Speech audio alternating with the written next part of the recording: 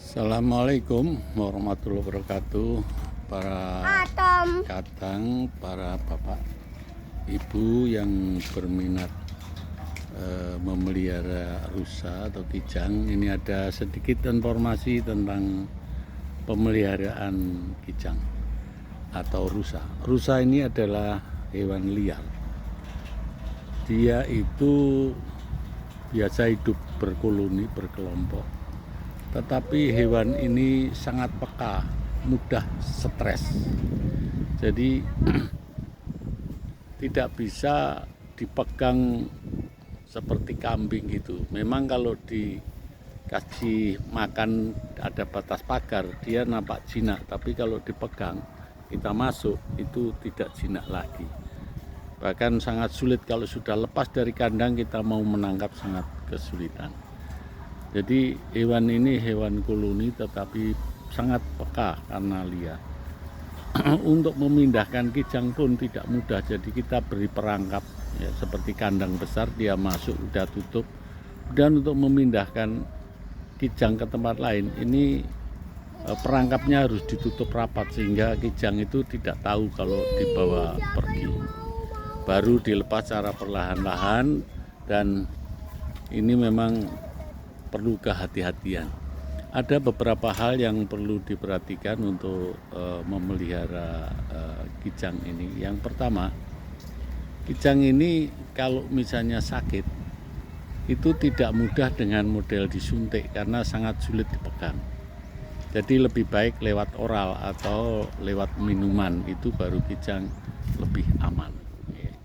Kemudian kijang ini kalau punya anak kecil, baru melahirkan, yang masih kecil, itu tidak bisa dipegang oleh manusia. Kalau dia dipegang oleh manusia, kemudian dikembalikan ke kandang, ini karena pernah ada pengalaman di sini bahwa anak rusa ini keluar dari kandang, kemudian penonton memegangnya, maksudnya untuk disayang, dimasukkan lagi ke dalam kandang.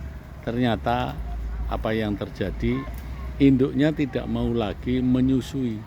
Akhirnya bayi itu mati, sehingga kalau misalnya kita tahu itu harus segera mengambil alternatif, misalnya disusui dengan susu dari beli. Jadi induknya itu tidak mau lagi, sehingga kalau ini sampai enggak makan otomatis mati. Dan kijang ini atau rusa ini memang sangat peka. Makanan pun itu banyak yang bisa dimakan, tetapi kita tidak boleh sembarangan.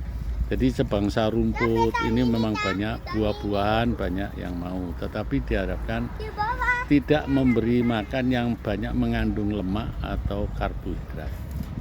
Nah, satu hal yang perlu dipahami juga, kijang ini jangan diberi makan jagung. Itu perutnya kayaknya tidak siap untuk beradaptasi dengan jagung, sehingga banyak atau sering terjadi kematian karena dia makan jagung. Kalau sedikit mungkin nggak apa-apa, tapi kalau banyak bisa tidak adaptasi, akhirnya kijang bisa mati ya. Jadi kijang ini memang harus tercukupi. Pada musim dingin kijang ini lebih banyak makan ya. Kemudian perlu diketahui, kalau dia stres lompatnya, kijang ini bisa lompat sampai setinggi 2 meter. Itu tentu kijang yang agak besar, kalau kijang anakan nggak bisa. Jadi ini pada waktu pertama kita pindah ke kandang sini, ada kijang yang stres itu bisa lompat pagar yang 2 meter ini, bisa dilompati. Kemudian setelah tertangkap, dia dikembalikan ke kandang, tidak lama dia mati. Karena apa? Stres. Jadi kijang ini kalau sudah stres, ini berat. Jadi risiko kematiannya jadi tinggi. Sehingga kita boleh memelihara kijang atau rusa, tetapi jangan disamakan dengan kambing, karena ini memang hewan liar yang perlu perhatian khusus. Kemudian makannya juga perlu disesuaikan, tidak terlalu banyak, tapi kalau kurang juga nggak baik karena lapar. Jadi kijang ini kalau yang sedang, yang kecil itu paling hanya 2 kilo. Ya, 2 kilo untuk satu hariannya, ya kurang lebihnya sekitar itu. Tapi bisa kita lihat kalau perutnya kempet-kempet, ya perlu dikasih makan lagi ya. Ini cara memelihara gitu. Kemudian minuman harap disediakan di dalam. Kemudian makanan dari luar, buah-buahan, ada jambu bosok, ada pepaya, ada rumput, bisa masuk. Ini Bapak Ibu sekalian, kalau kita ingin memelihara rusa supaya selamat. Sekali lagi, kalau dia sakit lebih baik pakai oral jadi lewat minuman, supaya dia bisa tidak stres. Kalau dipegang dia akan stres.